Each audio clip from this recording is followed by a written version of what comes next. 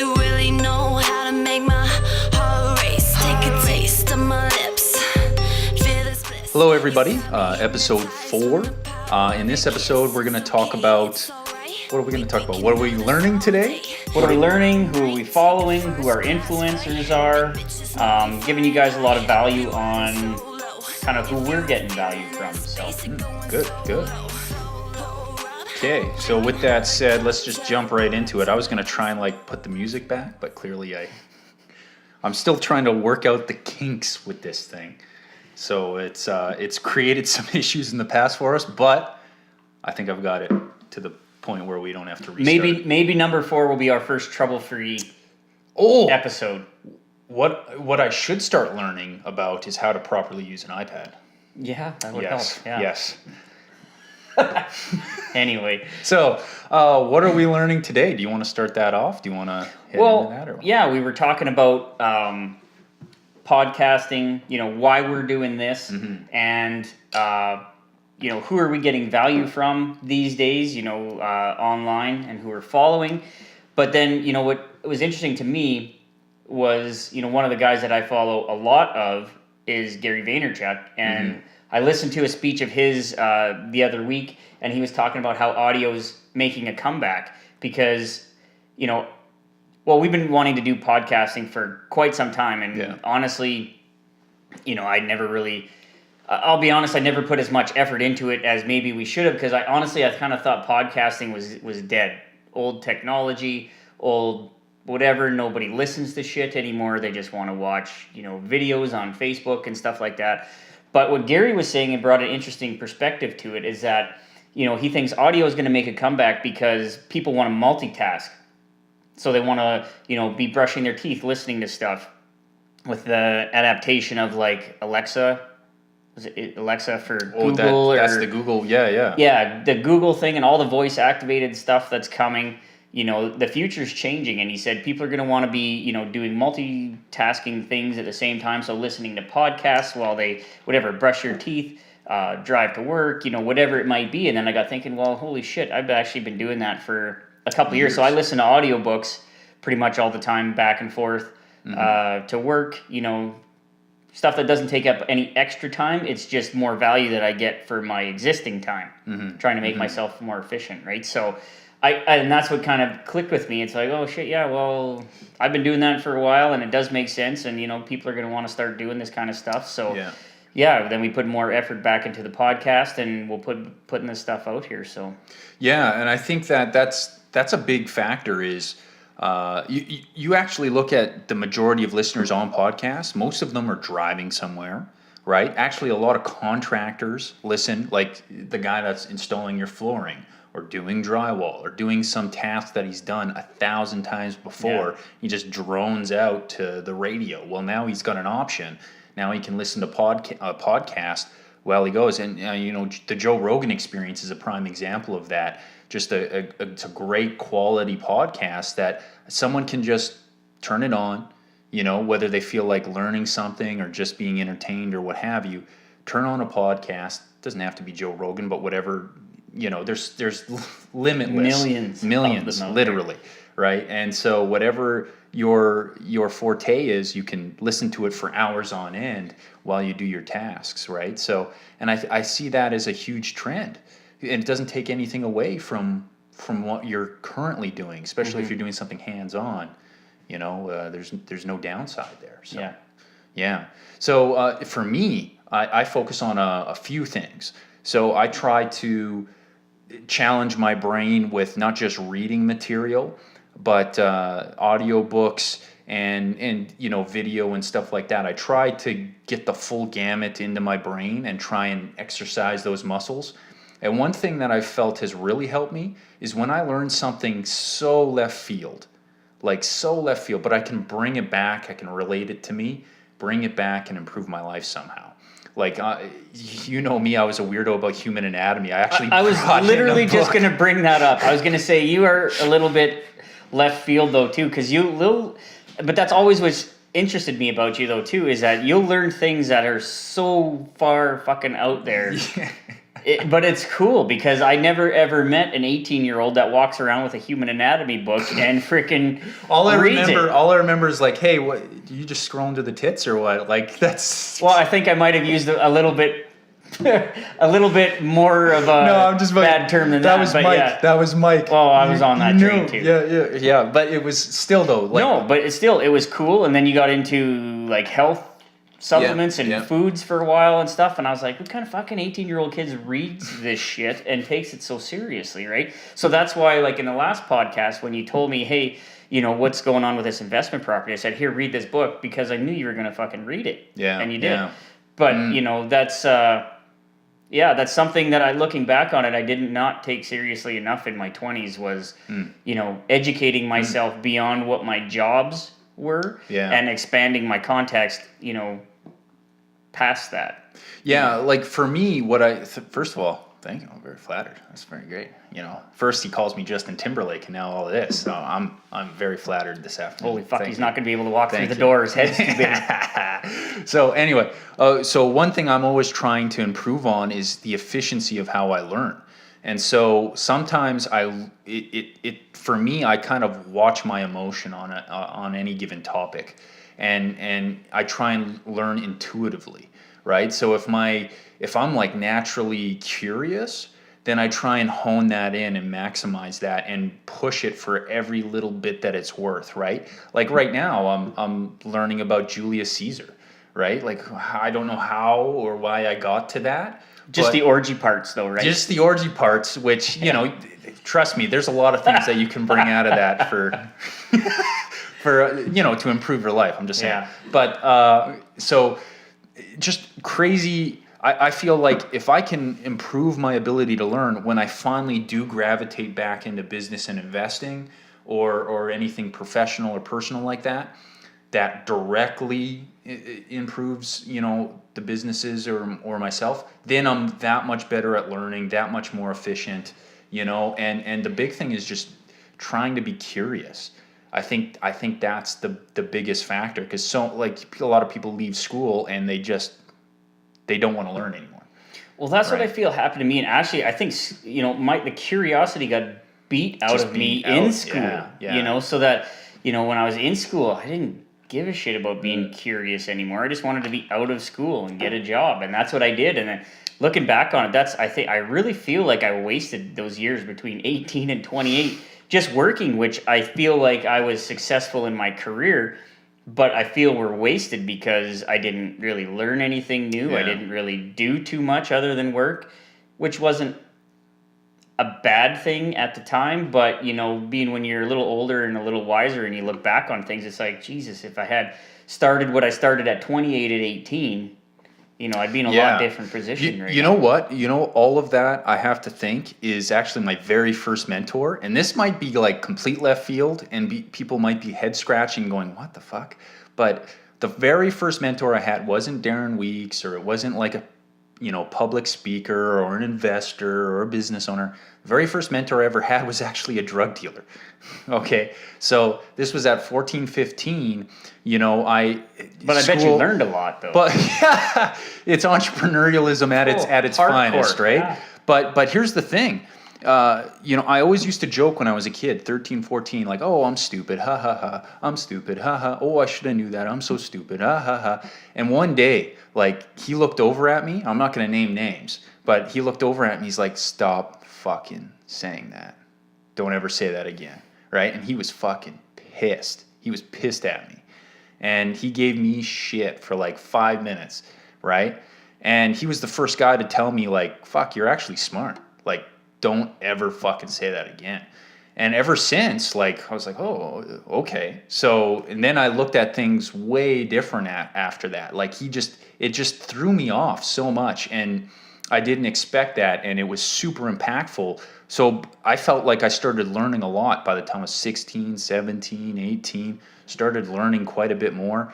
And so it's crazy looking back. Like, you kind of have to just, there needs to be something emotionally that triggers you to start learning and being curious and knowing that, hey, like, okay, I didn't get A's or even B's in school, but that doesn't mean I'm stupid. You know, I still have an intelligence and intellect that I can kind of hone in on. Yeah, absolutely. Right? Yeah. So I think that for me, just going back on track now, full circle, you know, things that I'm learning about. Obviously, history is a big one for me. Gary V, huge fan of Gary V. Love that guy. Tony Robbins, huge fan of Tony Yeah. Robbins. It's kind of hard to like, you know, Grant Cardone even. There's little slivers of things that I can take, right? That guy hones in on sales all day long. And, you know, I always take a little nugget here and there. Yeah. But for me, like the most impactful is even this might be a little bit of a shout out, but Vern with Scaling Up. He's got a book Harnish? called Vern Harnish. Man, with that Scaling book, Up. we're due to read that book again, actually. Yeah. I would suggest to all business owners to read Scaling Up once a year. Yeah. Amazing book. Yeah, he was instrumental in helping us, or that book was anyway, in helping us set up our financial systems for our business.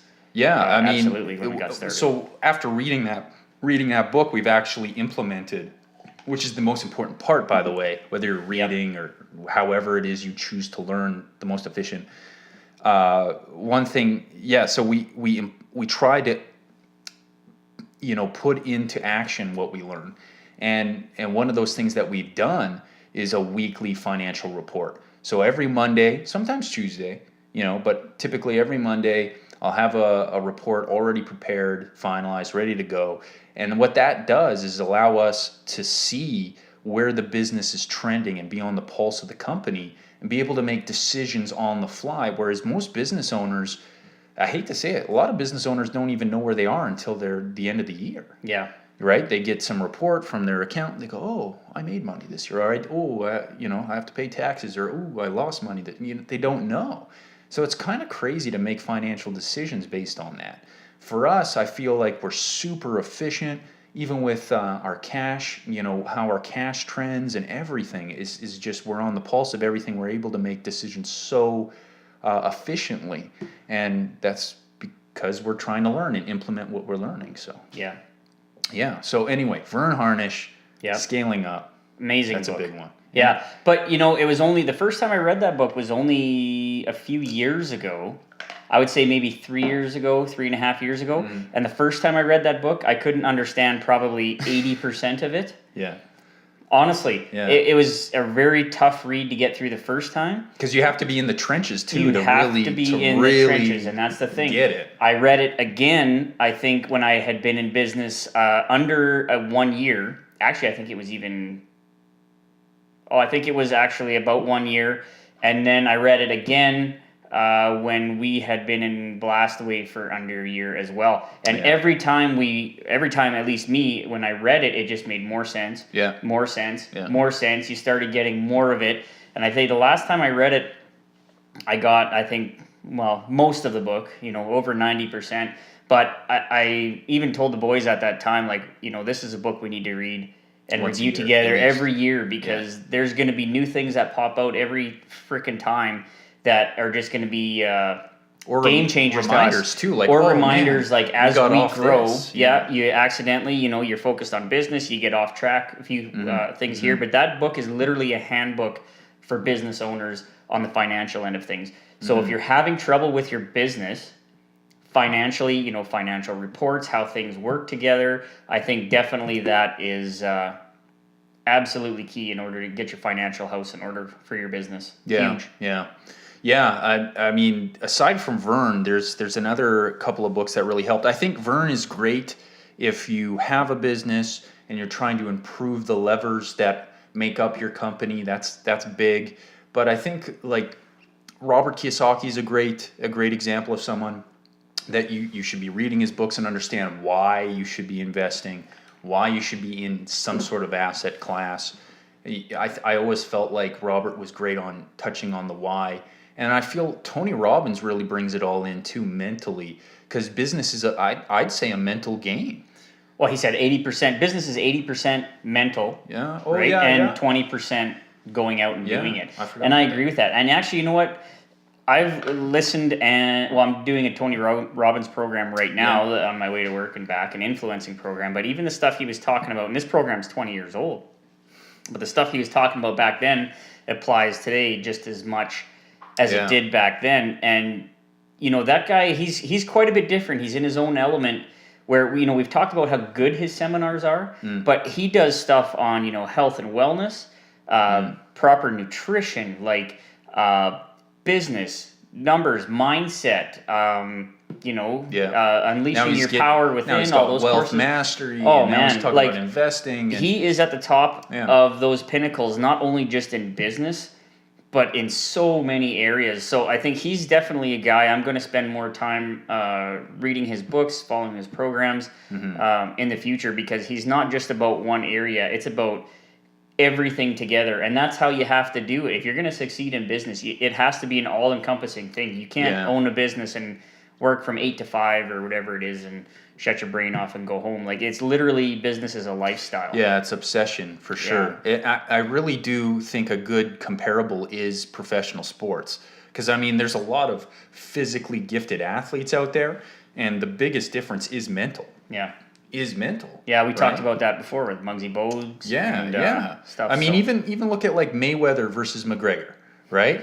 Like McGregor, I don't know about you, but when I was watching that fight, I was like, man, McGregor looks gigantic compared to Mayweather, right? He looked huge. And, he can kick and elbow, but the rules have changed. And this guy, Mayweather, he's got 20, 30 years in, right? He's been boxing since he was like 8, right? So the mental, the preparation, all of that, I would say that if it was in the octagon, McGregor would have won.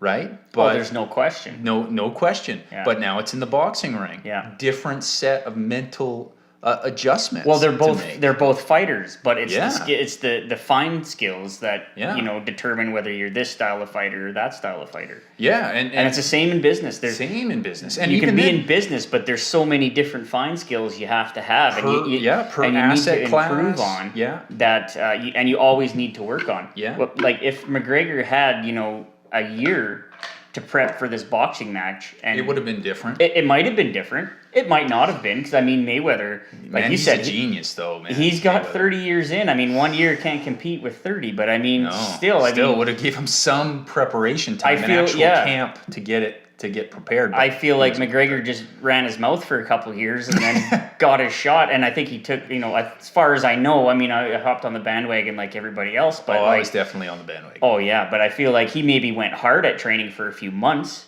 Yeah, But yeah. he went hard at training for a few years. Yeah. He Different. might have done a little better. Yeah. Even though I think he did great. But Yeah, I thought he did great. 10 rounds against the best boxer of all fucking time, all almost, time. like That's crazy. respectable, and even just to have the mindset to last 10 Yeah. rounds is got to be something else, right? So there's a lot of professional boxers that have not lasted 10 rounds. they would, against him. they wouldn't even be able to do as well as him. But he's Yeah. a very confident. That's very for sure, confident, hey? that's for goddamn sure, but very skilled Yeah. fighter, Yeah. just not the fine skills. Yeah. So, and that's the thing. Like, you can easily compare that to, okay, you've got a good mindset. You're learning. Here's my thing, right? There's a time to be open-minded, and then there's actually a time not to be, right? Because I find there's people out there that are so open-minded that they'll be like, oh, that's a great idea. I'm going to go do this. And then 2 months later, oh, Yeah, they're onto that's a great something idea. else. I'm going to go do this. And then there's no continuity. There's Yeah. no, you need time to got hone shiny in on your object craft, disease. right? You're like, ooh, Muay Thai, ooh, Jiu-Jitsu, ooh, boxing, ooh. And then you're not really good at anything, right? Yeah. But on the flip side, I did that for a few years, but finally kind of honed it in and got into one thing consistently. But I feel there's a lot of people that just bounce around. So the term open-minded has this like flawless, quality about it, right? But I think within context, you got to learn when to say, okay, Well, I'm going to be a bit stubborn here and say no to this. Well, be open-minded within certain, within context, within right? closed areas. Open-minded Yeah. within closed areas. Yeah. Yeah, if you're too open-minded and, You'll just go all over the place. yeah, it'll be crazy. And then Trudeau is in power. Yeah. Anyway, who else are you following?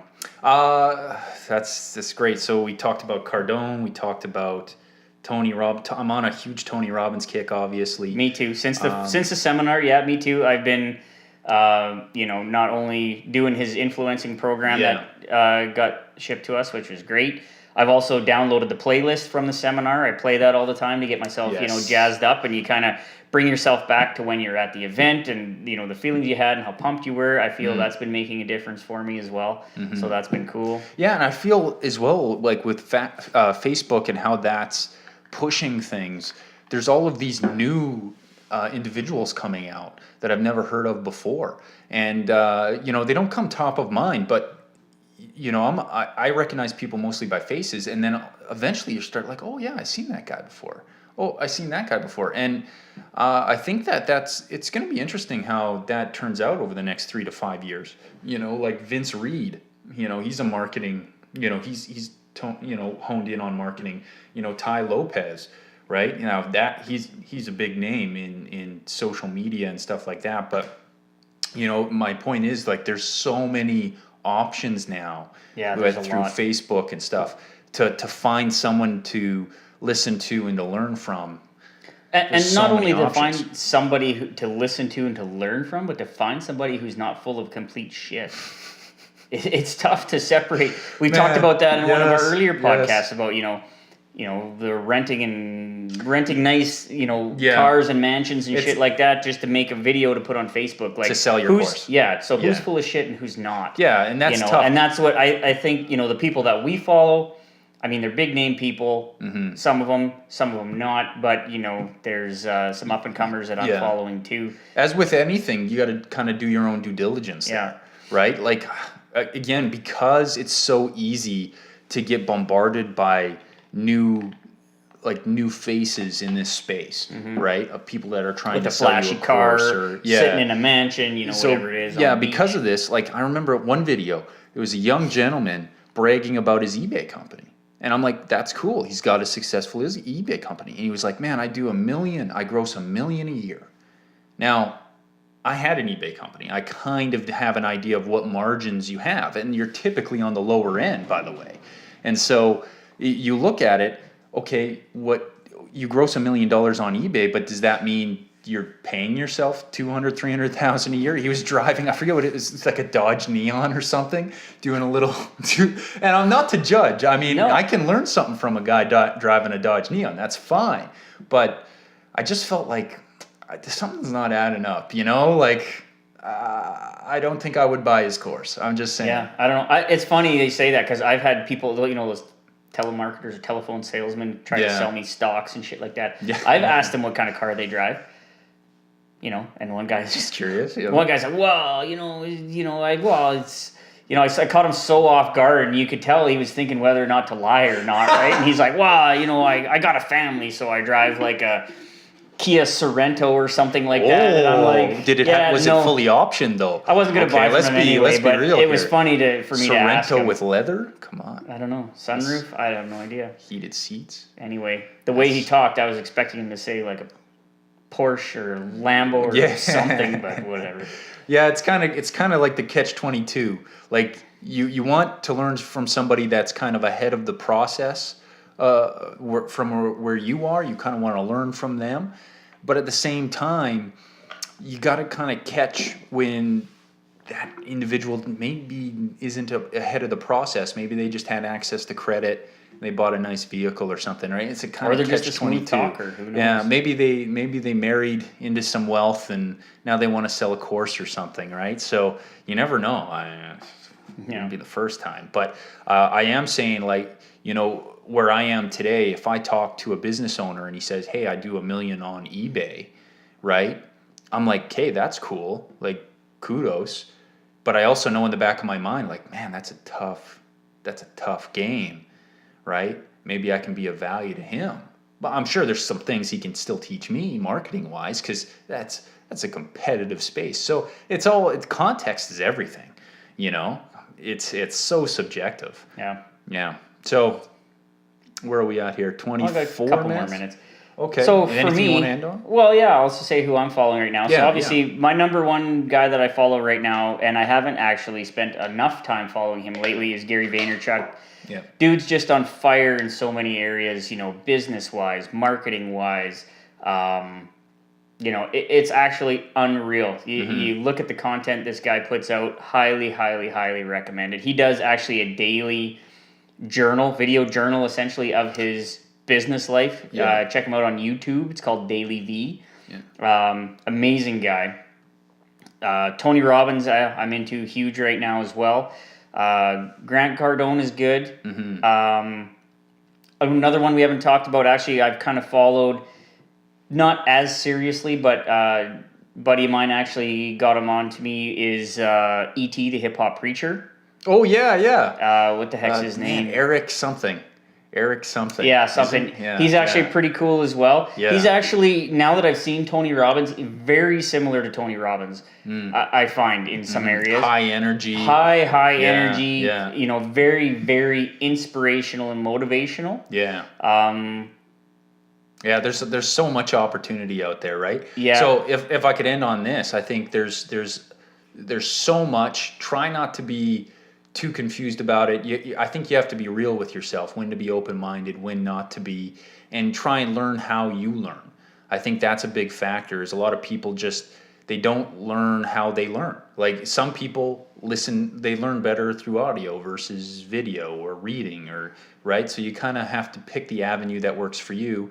Also, convenience is a big factor, right? Like you were mentioning earlier, you know, to listen to an audiobook while driving around. That's what works best for me right now. Yeah, so I think there's some factors. Just pay attention to how you retain information, you know, your curiosity, you know, how can you kind of plant the seed of that and kind of grow that a little bit. Other than that, I think this is a wrap. I think we did. Oh, is this number 4? And we didn't even have to do like multiple entries. This is good. We're on a roll. Yeah. It's good. Good job. All right. See you guys. Take care. Justin Timberlake out.